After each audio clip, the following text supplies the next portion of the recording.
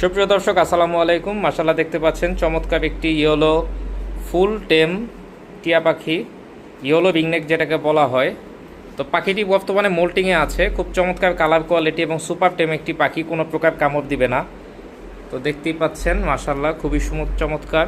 এবং পাখিটি যেহেতু আসলে বাসায় ছাড়া থাকে, তো পাখিটিকে পাক কেটে রাখা হয়েছে। এভাবে সম্পূর্ণ সুস্থ মাশাআল্লাহ ফুল অ্যাক্টিভ একটি ইয়েলো রিংনেক। এটা সম্ভবত একটি মেল পাখি। পাখিটি বর্তমান বয়স প্রায় 1 বছরের কাছাকাছি। সম্ভবত এই যে মালা আসতেছে, বোঝা যাচ্ছে।